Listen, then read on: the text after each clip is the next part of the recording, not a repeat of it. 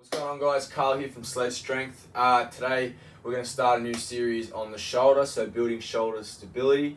It's going to be a 3-part series. We've done a lot on the pre-season for rugby league, and shoulder injuries are huge in rugby and contact sports in general. So I thought I'd start a series where we can start developing your skills and programming and give you a bit more tools to use in your own program, so you can hopefully build some strong, healthy shoulders and mitigate that injury risk of a shoulder injury, which is really detrimental to your season. So to start off with, we're going to go with the basics, going the actions of the shoulder. So the shoulder, we've got 2 joints. We've got the scapular joint and the GHJ. So the scapula protracts, retracts, upward rotation, downward rotation at the actual joint there, and then we've got elevation, depression. Okay, the GHJ flexes, extends, abducts, circumducts, and then internally rotates, externally rotates. That's the big one there. So inside GHJ, you've got the rotator cuff. I'm sure lots of guys know what the rotator cuff is. Your common exercises are your banded external rotations or internal rotations, all well and good to build up some general strength, but we're looking to take it a step further and actually train the function. So the function of the rotator cuff is to stabilize the shoulder joint, or the GHJ, in overhead pressing, or in pressing in general. So once you know the function, you can really actually target the specific area and build up some nice robust shoulders with a few certain exercises we'll go over in a second. Lastly, which is going to be music to a lot of the guys' ears, is building a baseline of mass and strength, so hypertrophy around the chest, the upper back, and the shoulder region.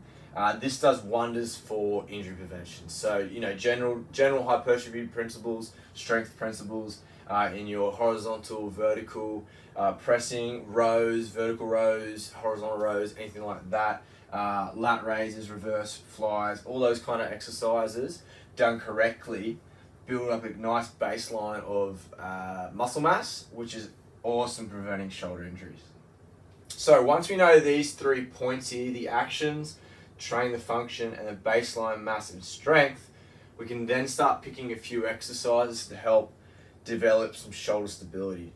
So the first 3 exercises that's going to give you guys to do today is the Arnold press. So that's great as it comes around to the front of the body, so you get some internal external rotation going on there, and you overhead press, so we're actually rotating that GHJ as we press. The Cuban press, so Cuban press is with a band, so going over the function of the rotator cuff, it's pulling it into extension while we're pressing overhead, so the rotator cuff has to work really hard to stabilize the shoulder while we're pressing overhead. And if you do it behind the neck, it even gets more challenging from there. Last off is the WYT, is one of my favorite. If we get there weighted, not only does it create a lot of range in our T-spine and scapular joint and trains our scapulohumeral rhythm, weighted, it also builds nice muscle mass around there too. So we get that upward, downward rotation in a retracted position on the ground is great as well. Hope that helps, guys. Start implementing those 3 exercises into your program. Let me know how you go and how it feels afterwards, and stay tuned for phase 2, where we're going to go over some more complex shoulder stability exercises. Cheers.